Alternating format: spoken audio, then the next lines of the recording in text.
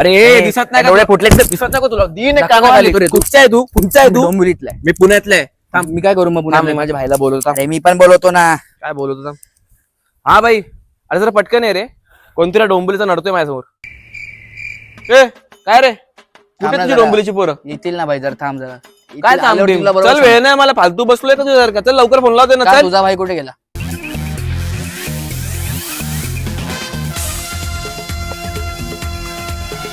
वो देखो वो आ गया. काय रे बाबा, बस एक नंबर. कोण आहे रे? हाय बघ. कुठला आहे रे? डोंबिवली. डोंबिवली. अरे तुझे मित्र नाही येणार रे, चिळपाटाला ट्रॅफिक मध्ये अडकले असतील. येतील पोरं.